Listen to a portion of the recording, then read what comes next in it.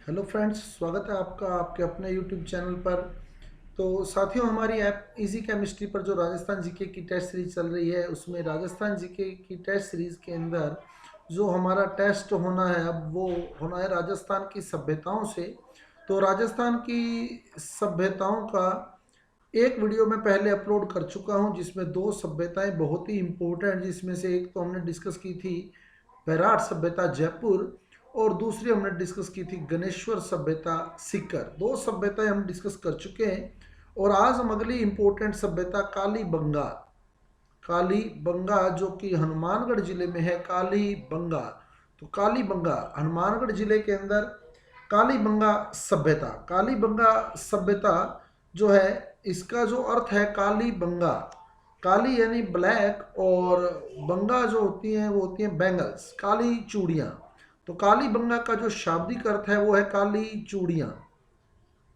तो यहाँ काली चूड़ियाँ मिली थी, मृद यानी मिट्टी से बनी हुई काली चूड़ियाँ यहाँ मिली थी, इसीलिए इस सभ्यता का नाम रख दिया गया क्या, कालीबंगा, कालीबंगा।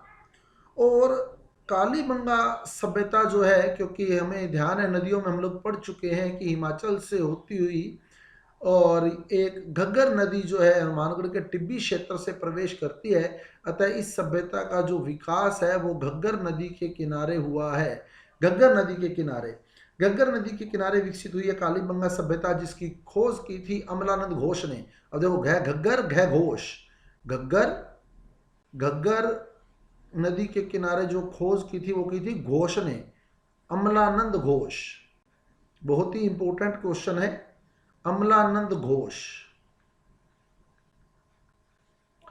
तो उत्खनन करता जो थे, खोज जो की थी वो अमलानंद घोष ने की थी। इसकी 1952 के अंदर, 51-52 के अंदर ये खोज मानी जाती है अमलानंद घोष के द्वारा। ए घोष, अमलानंद घोष, घग्गर घोष है ना, घग्गर से घोष बन जाएगा, घग्गर घोष। और इस पर जो उत्खनन कार्य किया था वो किया था लाल व थापर ने, लाल व थापर। उत्खनन कार्य जो किया था वो किया गया था लाल व थापर के द्वारा, लाल व थापर। तो खोज की थी घोष ने और उत्खनन कार्य किया था लाल व थापर ने, लाल व थापर। उत्खनन कार्य यहाँ लाल व थापर द्वारा किया गया था। और यहाँ जो सबसे इंपॉर्टेंट बात जो है, कालीबंगा को सिंधु घाटी सभ्यता की तृतीय राजधानी, तृतीय राजधानी, पहली राजधानी जो थी वो हड़प्पा, दूसरी मोहनजोदड़ो, और तीसरी राजधानी जो थी सिंधु घाटी सभ्यता की वो कालीबंगा को कहा है। किसने कहा है? दशरथ शर्मा ने, दशरथ शर्मा ने इसे सिंधु घाटी सभ्यता की तृतीय राजधानी, तीसरी राजधानी कहा है। अब याद कैसे रखे, तृतीय राजधानी कालीबंगा हो गई, याद कैसे रखे, किसने कहा? दशरथ ने। अब देखो याद रखने का तरीका देखो, तृतीय शब्द एक संख्यात्मक शब्द है और दश भी एक संख्यात्मक शब्द है ना, तो तृतीय, दश, दश भी संख्यात्मक शब्द है। तो तृतीय राजधानी जो है वो दशरथ शर्मा द्वारा कहा गया है। और यहाँ जो कालीबंगा सभ्यता में दो टीलों पर उत्खनन कार्य किया गया है, दो टीलों पर उत्खनन कार्य किया गया है, एक तो छोटा टीला और एक बड़ा टीला। दो टीले यहाँ उत्खनन कार्य में, दो टीले खोदे गए हैं, तो छोटा टीला और एक बड़ा टीला, छोटा टीला और बड़ा टीला, छोटा टीला और बड़ा टीला। जो छोटा टीला है, छोटा टीला है वो प्राक हड़प्पा कालीन है, प्राक हड़प्पा कालीन यानी हड़प्पा काल से भी पहले का। प्राक हड़प्पा कालीन बोल दो, चाहे पूर्व हड़प्पा कालीन बोल दो। और बड़ा टीला जो है वो हड़प्पा कालीन है। छोटा टीला, छोटे टीले में जो अवशेष मिले वो हड़प्पा काल से भी पहले के अवशेष मिले हैं, और बड़े टीले पर हड़प्पा काल के अवशेष मिले हैं।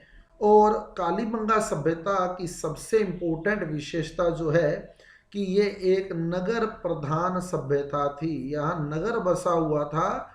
और ये नगर भी जो था ना, ये नगर भी एक दोहरे परकोटे से सुरक्षित था, मतलब इसके चारों ओर एक दोहरी प्राचीर, दोहरी दीवार खड़ी की हुई थी। तो पूरा सुरक्षित नगर ये था, दोहरे परकोटे से सुरक्षित नगर। कालीबंगा, दोहरे परकोटे, दोहरी प्राचीर से सुरक्षित, नगर प्रधान सभ्यता, कालीबंगा।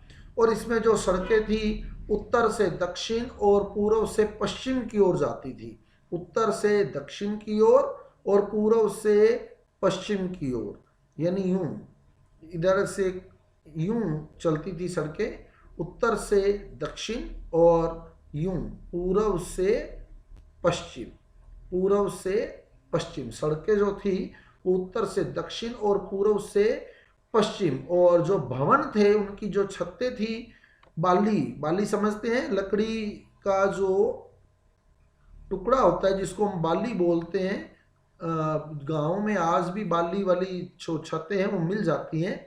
तो भवनों की जो छत होती थी उस पर बाली और मिट्टी, वो बाली और मिट्टी से जो है वो बनाई जाती थी, बाली और मिट्टी से भवनों की छतें तैयार की जाती थी। और दीवारें जो होती थी वो कच्ची ईंटों की, दीवारें जो होती थी वो कच्ची ईंटों की, दीवारें कच्ची ईंटों की होती थी, दीवारें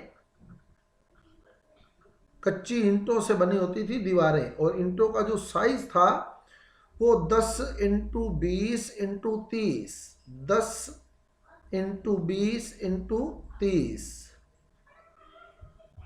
10 इंटू 20 इंटू 30, यानी अगर 10 इंच उसकी अपने मान लें कि अगर ऊंचाई है तो ये चौड़ाई हो गई और ये लंबाई हो गई। तो 10, 20 और 30 जो ईंटों का साइज था। और कालीबंगा सभ्यता में सबसे इम्पोर्टेंट बात, यहाँ कृषि करने के जो साक्ष्य हैं वो मिले हैं, जुते हुए खेत मिले हैं, यहाँ अवशेष मिले हैं उसके, कि यहाँ खेत जो हैं, खेत जोते जाते थे, जुताई की जाती थी खेतों की। तो खेतों की जुताई के अवशेष जो हैं वो कालीबंगा सभ्यता से प्राप्त हुए। खेतों की जुताई के अवशेष, खेतों की जुताई के अवशेष।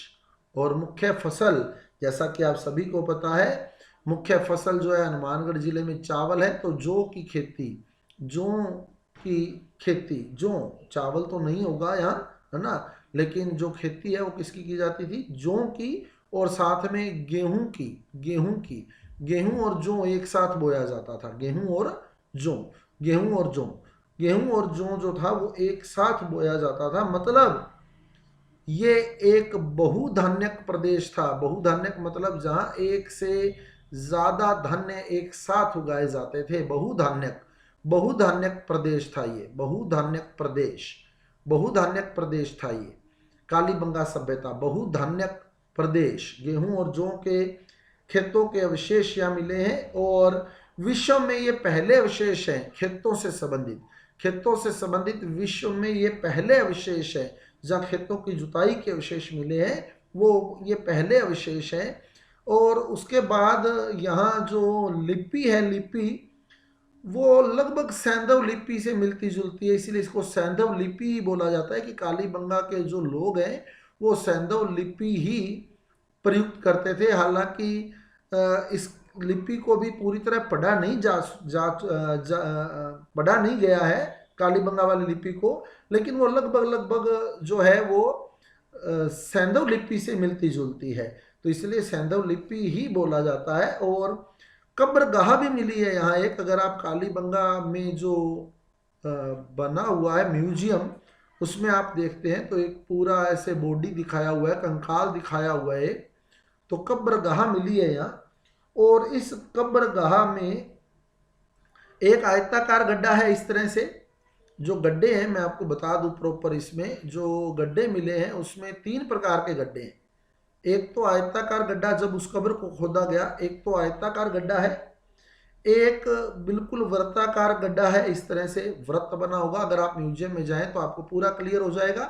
और एक अंडाकार गड्ढा है। तो इस तरह से 3 गड्ढे हैं, एक वृत्ताकार, एक आयताकार, एक अंडाकार। वृत्ताकार, आयताकार, अंडाकार, दीर्घ वृत्ताकार भी बोल सकते हैं आप उसको। जो आयताकार गड्ढा है उसमें तो शव रखा जाता था, डेड बॉडी रखी जाती थी आयताकार गड्ढे में। और बाकी के 2 में क्या करते थे, एक में गहने रखते थे और एक में बर्तन रखते थे, गहने और बर्तन रखे जाते थे।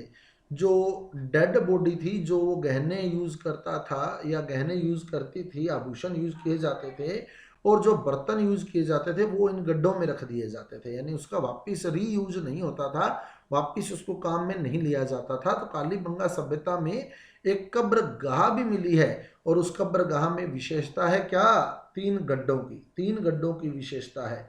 और सबसे इंपॉर्टेंट बात जो है, यहाँ मृद भांड पात्रों के अवशेष मिले हैं। अगर आप जाएंगे ना तो वहां आपको टूटे हुए बर्तन ही बर्तन मिलेंगे, मृद भांड पात्र दोनों टिलों पर। इन दोनों टिलों पर आप देखेंगे तो बहुत ज्यादा पात्रों के अवशेष जो है, टूटे हुए पात्रों के अवशेष, टूटे हुए पात्र के हिस्से आपको दिखाई देंगे।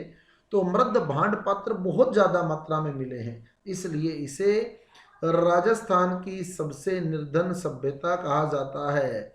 क्योंकि बाकी सभ्यताओं में किसी में लोहा मिला, किसी में तांबा मिला, लेकिन किसी में पत्थर मिले, लेकिन इसमें मिट्टी मिली, मिट्टी, मृद भांड।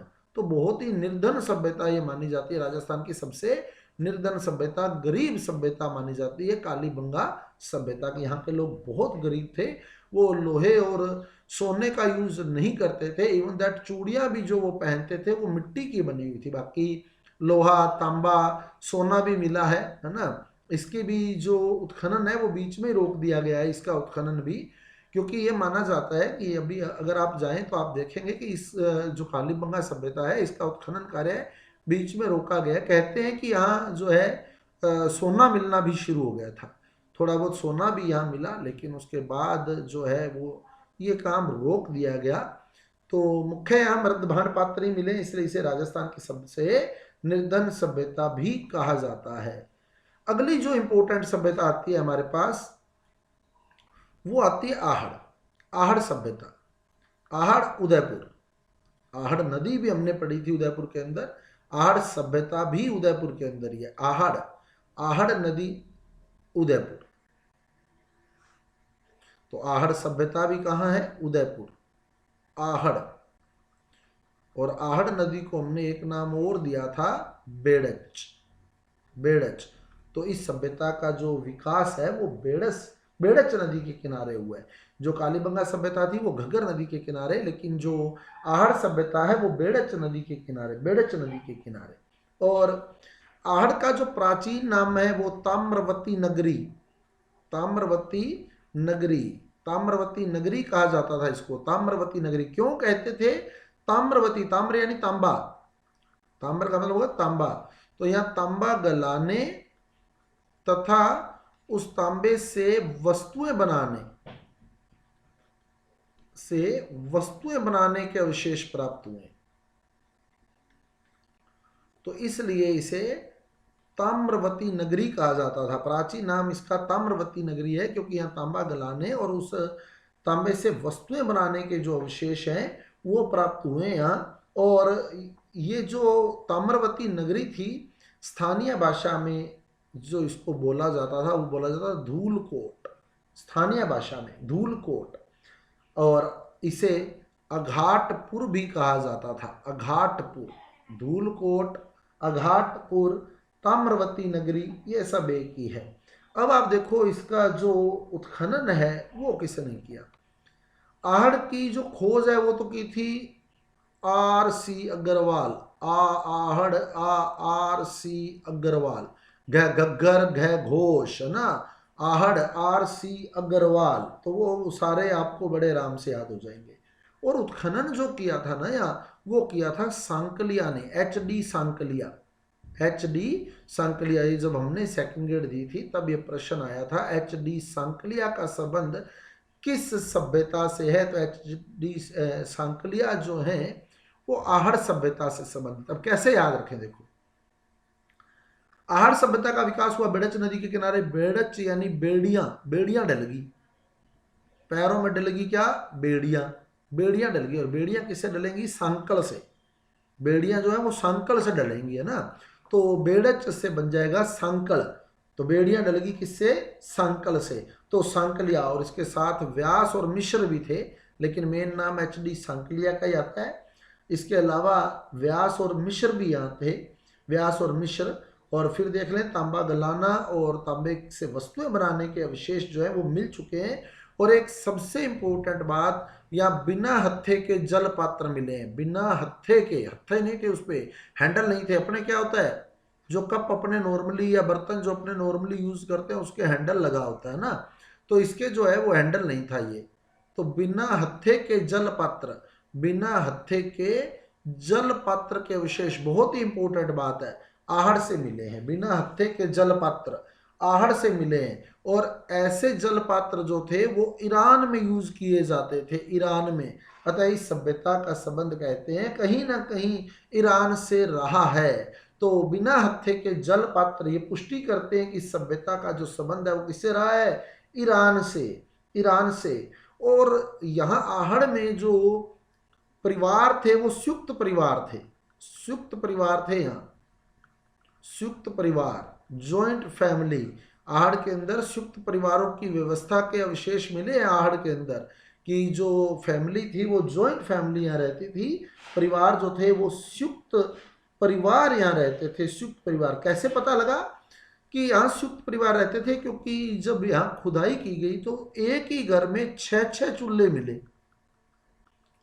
6-6 चूल्हे एक ही घर के अंदर, जो ये सिद्ध करते हैं कि यहाँ संयुक्त परिवार रहते थे और सामूहिक भोजन व्यवस्था थी। क्योंकि तब कॉमन सी बात है कि जो परिवार होगा वो बड़ा होगा, तो इसलिए जो सामूहिक भोजन बनाने के लिए ज़्यादा चूल्हे चाहिए थे।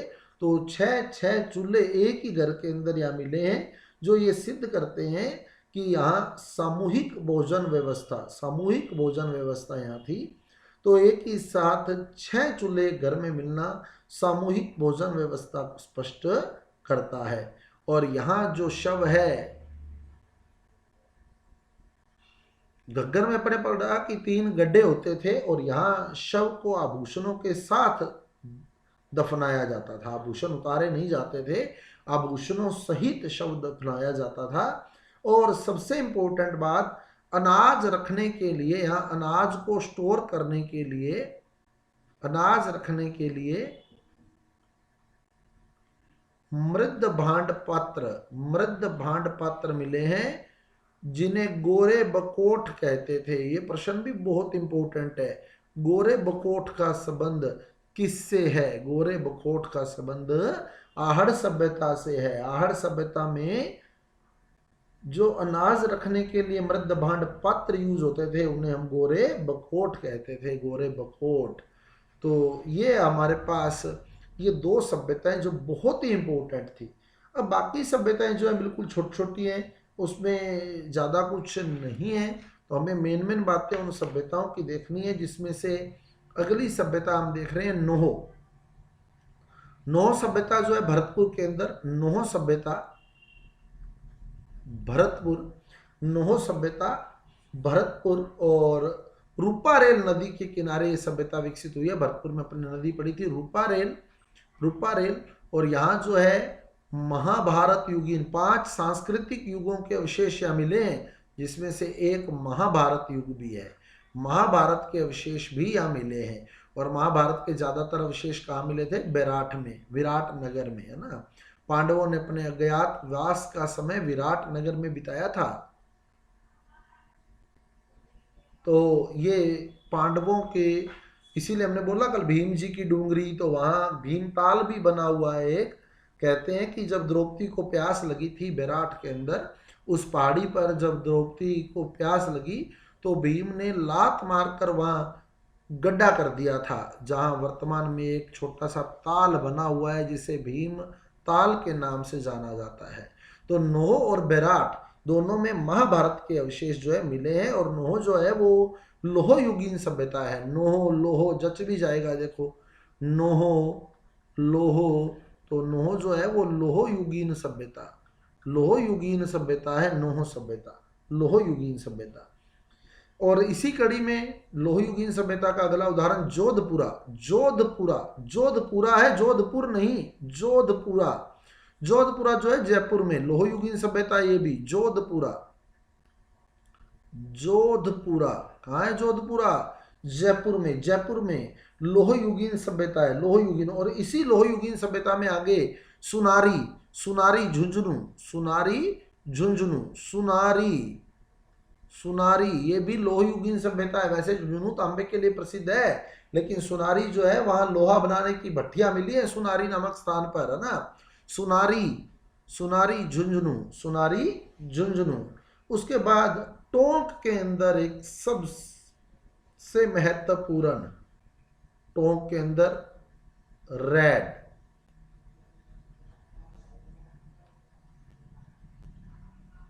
रेड टोंक, रेड टोंक, यहाँ बहुत ज्यादा सिक्के मिले हैं, सिक्कों के भंडार मिले हैं यहाँ, और इसीलिए एशिया का सबसे बड़ा भंडार होने के कारण इसे प्राचीन भारत का टाटा नगर कहा जाता है।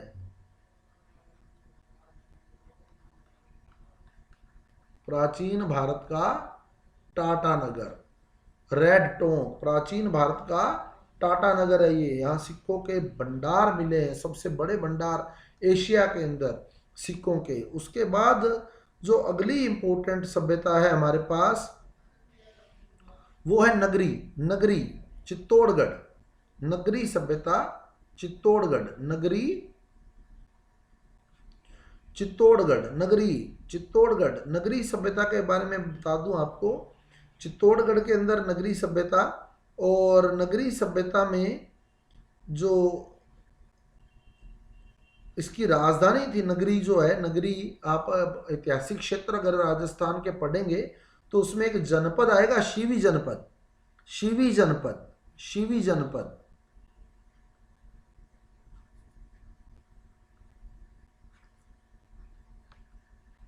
तो ये जो नगरी है वो इसी शिवी जनपद की राजधानी थी।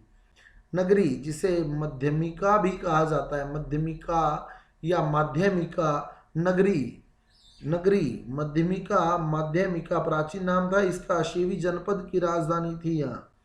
और सिक्के मिले हैं शिवी जनपद के, वो तो हो ही जाएगा, शिवी जनपद के सिक्के जो हैं वो नगरी चित्तौड़गढ़ में, नगरी चित्तौड़गढ़ में।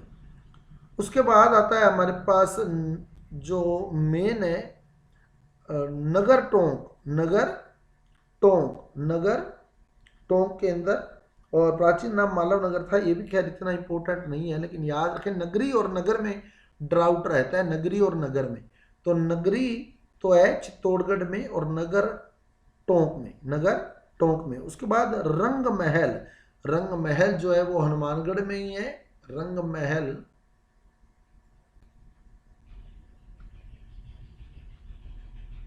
हनुमानगढ़ के अंदर रंग महल। यहां जो खुदाई की गई थी वो हन्ना रीड के निर्देशन में, हन्ना रीड, हन्ना रीड के निर्देशन में रंग महल के अंदर खुदाई की थी, और स्वीडिश दल यहाँ आया था। ये बहुत इंपॉर्टेंट बात है कि स्वीडिश दल का संबंध जो है वो किस सभ्यता से है, तो स्वीडिश दल का जो संबंध है वो रंग महल से है, रंग महल से। रंग महल हन्ना रीड के निर्देशन में यहाँ शिवी जनपद, सॉरी हन्ना रीड के निर्देशन में यहाँ स्वीडिश दल, स्वीडिश दल, शिवी जनपद तो नगरी से होगा, स्वीडिश दल ने यहाँ खुदाई की थी हन्ना रीड के निर्देशन में। उसके बाद बागोर, बागोर भीलवाड़ा, बागोर भीलवाड़ा, बागोर सभ्यता भीलवाड़ा, कुठारी नदी के किनारे, नदियों में पढ़ा है अपने, कुठारी नदी भीलवाड़ा, है ना, कुठारी नदी भीलवाड़ा। तो भीलवाड़ा, अब मैं नीचे ये वर्णन लिख देता हूं,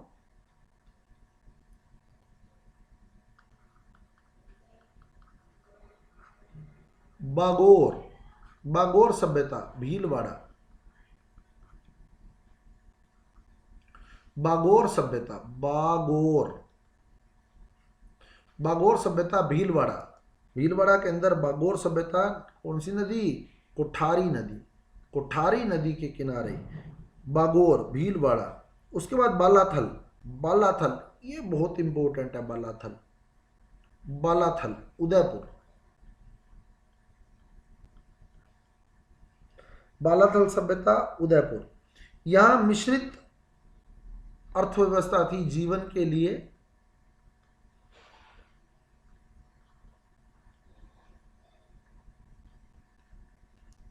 मिश्रित अर्थव्यवस्था बोल रहे तो यहाँ अखेट यानी शिकार भी किया जाता था, यहाँ कृषि भी की जाती थी, यहाँ पशुपालन भी था। तो तो ये सारा कुछ यहाँ चलता था। तो मिश्रित अर्थव्यवस्था बालाथल के अंदर, मिश्रित अर्थव्यवस्था बालाथल के अंदर थी। और सबसे इंपॉर्टेंट बात जो है बालाथल के अंदर, बालाथल में 11 कमरों युक्त एक विशाल भवन मिला है। 11 कमरे मिले उसमें, 11 कमरों युक्त एक विशाल भवन, 11 कमरों युक्त विशाल भवन कहाँ मिला है? बालाथल में। बाड़ा, बाड़ा पंजाबी में बोलते हैं बाड़ा यानी ज्यादा, है ना।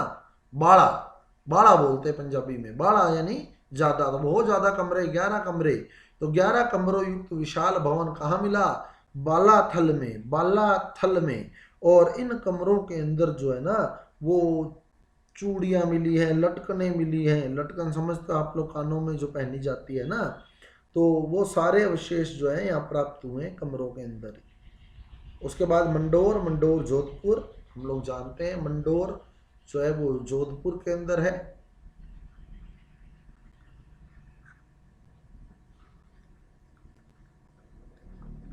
तो इसमें कोई ज्यादा नहीं पढ़ना हमने। मंडोर जोधपुर, और एक आएगा भीनमाल। भीनमाल इंपॉर्टेंट है। भीनमाल, जालोर, भीनमाल जालोर। और भीनमाल में जो है ना रोमन एम्फोरा, रोमन एम्फोरा, मृद भांड पात्रों पर रोमन एम्फोरा की कलाकृतियां यहाँ मिली हैं। रोमन एम्फोरा कलाकृति का संबंध जो है वो भीनमाल से है, रोमन एम्फोरा कलाकृति। उसके बाद नाडोल आ जाएगा, पाली, ये कोई खास नहीं है यहाँ। उसके बाद गिल्लुंड आ जाएगा, राजसबंद, बनास नदी के तट पर गिल्लुंड राजसबंद, बनास नदी के तट पर गिल्लुंड राजसबंद, गिल्लुंड।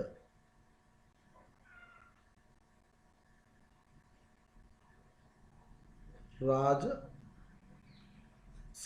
गिल्लुंड सभ्यता, राजसमंद के अंदर गिल्लुंड सभ्यता। तो ये आपके मुख्य मुख्य सभ्यताएं जो थी वो मैंने सारी मेन बातें जो है रिपीट कर दी है।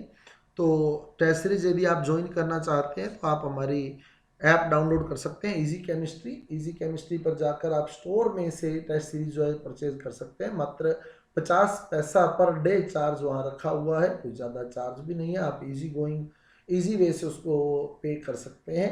पूरी टेस्ट सीरीज जो कि 100 दिन की है, उसमें आपके जो टेस्ट हैं 100 दिन का शेड्यूल जो है बांटा गया है। राजस्थान जीके की टेस्ट सीरीज जो है राजस्थान के कॉम्पिटिटिव एग्जाम के लिए हमारे द्वारा संचालित की जा रही है। इसके अलावा लाइव क्लासेज जो है केमिस्ट्री के हम लोग स्टार्ट कर रहे हैं इसी मंडे से। तो उसमें भी आप लोग जो है इस वीडियो को ज़्यादा से ज़्यादा शेयर कीजिए। तो साथियों, यदि आपको हमारे वीडियो अच्छे लग रहे हैं, समझ आ रहे हैं, तो कृपया हमारे वीडियो को शेयर कीजिए, लाइक कीजिए और हमारे चैनल को सब्सक्राइब कर दीजिए। साथ ही साथ बेल आइकन का बटन भी ऑन कर दीजिए ताकि आने वाले वीडियो का नोटिफिकेशन आपको नोटिफिकेशन बॉक्स में मिल सके। तो मिलते हैं अगले वीडियो के साथ। धन्यवाद।